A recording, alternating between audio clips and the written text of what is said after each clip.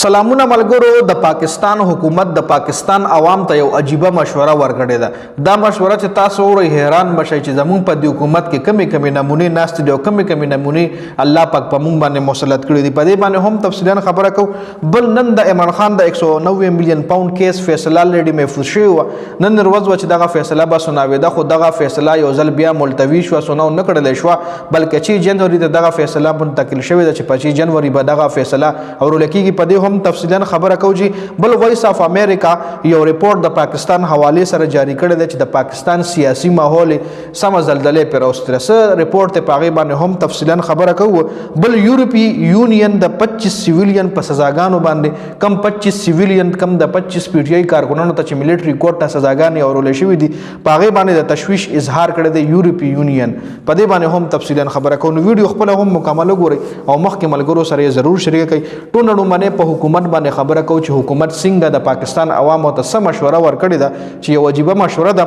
وفاقي پارلماني سیکریټري ساجد مهدي ویلي دي چې خلک هسې فضول انټرنیټ استعمالوي، خلک د بلا وجه انټرنیټ نه استعمالوي، نو په دې باندې بلوډ نه راځي، خلک ته صرف د کار د لپاره انټرنیټ استعمالوي. ګوره نورو ملکونو کې د هغه چې کوم حکومت خپل عوامو ته فری انټرنیټ پرووایډ کوي چې د زده کړو کړي د مخکې لاړ شي. نن سبا ډیجیټل زمانہ د هر سړی په انټرنیټ باندې لګیا دی، هر سړی د ټولي دنیا نه یو ګلوبل ویلج جوړ دی. دا څه په وجه د انټرنیټ په وجه باندې د دنیا په بل ګوټ کې بس واقع شو دلته په سکندونو کې بڑے ته خبر شوی دا د انټرنیټ په وجه باندې. نو اوس زموږ حکومت وایي چې تاسو انټرنیټ کم استعمالوئ، انټرنیټ استعمال کم کوي، په دې باندې به لوډ کم شي. دا سو کوئی دا د وفاق یو سیکریټري د پارلیمنت یو سیکریټري دی ساجد مهدي دا بیان جاری کړی دی. جی خبر چې کم غټ خبر د پی ډی ایم حکومت کې چې کله ګوره کله وړګدای ګران ک پی ډی ایم حکومت دای باغ ټایم خلکو لوي چې روټای کم خوري، وړګ کم خوري، کم استعمالوي، چې کله بجلی ګران شي بجلی کم استعمالوي. مطلب د عوامو له دا ریلیف ورکړي چې تاسو دا شی کم استعمالوي. خمخ کې بل نن د عمران خان 190 میلیون پاوند کیس کې فیصله وا چونکه په دې باندې ټرایل چلیدلو چې بیا جج دا فیصله کړی و چې دا فیصله به په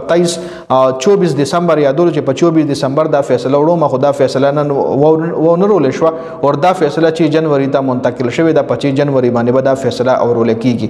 بل وایس اف امریکا کې یو ریپورت جاری شوی دی د پاکستان په حکومت باندې یو قسم له زلزلہ راوستي ده. د پاکستان سیاسي ماحول باندې مکمل یو ریپورت لیکل دی چې څنګه د عمران خان د پاره د پی ټی آی کارکونان راوتل، څنګه په اسلام آباد کې بیا څه چلو شو، پوره تفصیلا واقعي په لیکل ده. دای پکې هم لیکل چې جیو نیوز دا ریچارډ ګرینیل حواله سره کم ټویټ کړو، کم لیکل کړو، کم پوسټ کړو چې بیا پر ریچارډ ګرینیل فری عمران خان ټویټ وکړو. نو هغه پکې هم کمپلیټ لیکل دي چې دغه جوړې دا ریچارډ ګرینیل یو معمولی سړی ښکارې دو. ریچارډ ګرینیل چې کوم دا یو ډیر قابل انسان دی، دا ډونلډ ټرمپ چې کوم حکومت ته دغه د حکومت یو ډیر قابل سړی دی او دا هغه داسې دی لکه رائټ هاند. هغه په ډونلډ ټرمپ په د باندې ډیر ټرست کوي او په د باندې اهم عہدې چې کوم دي دغه په حکومت کې د لور کړل کېږي په خپل قابلیت په وجه باندې. نو جیو نیوز چې په د کوم ټویټ کړو د حواله سره چې دا هم جنس پرست دی او ډونلډ ټرمپ یو هم جنس پرست ځان سره خپل حکومت کې شامل کو. نو بیا هغه داسې دی غوسه شوی دی او د پاکستان حکومت په ډېر زیات ټویټ وکړ. جیو نیوز خو بیخي غلې خو سافټویر اپډیټ کو چې بیا غي خپل ټویټ ډیلیټ کو.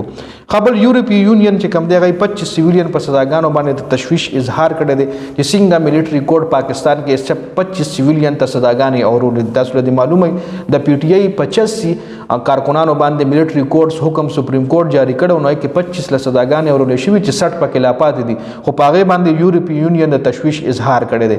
په دې ویډیو کې دا اپډیټ سو د ویډیو کتلو زیاته مننه. والسلام.